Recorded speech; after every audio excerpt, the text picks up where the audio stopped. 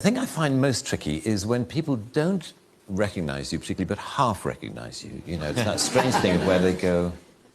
and of course that means they stare. They stare a lot. And they just look. You're sort of feeling, I wish that person wouldn't stare at me, so, I'd rather just, hold up a flag saying, yes, yes, it's me.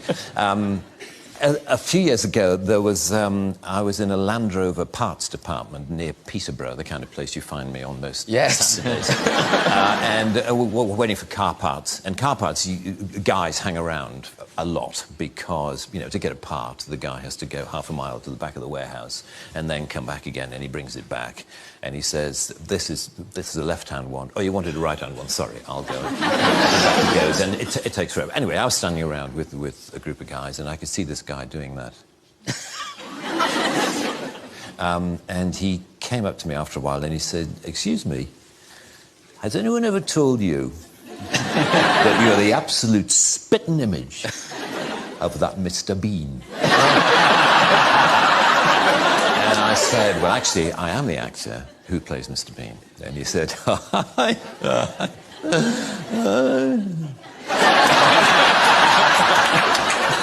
I bet you wish you were.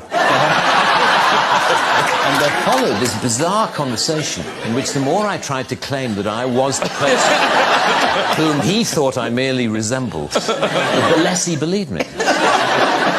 But what was funny was how close he thought I was to he said, the resemblance is uncanny.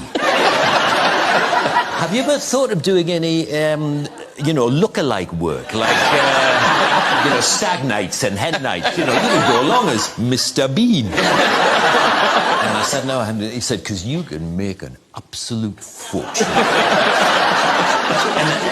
And I could tell after a while I had to bring the conversation to a close because clearly not only was he not believing me, but he was getting quite annoyed that I was pursuing this line of I am Rowan Atkinson and clearly he thought I was this total arse who, just as I happened to look a bit like Mr. Bean, goes around the country actually claiming to be Mr. Bean.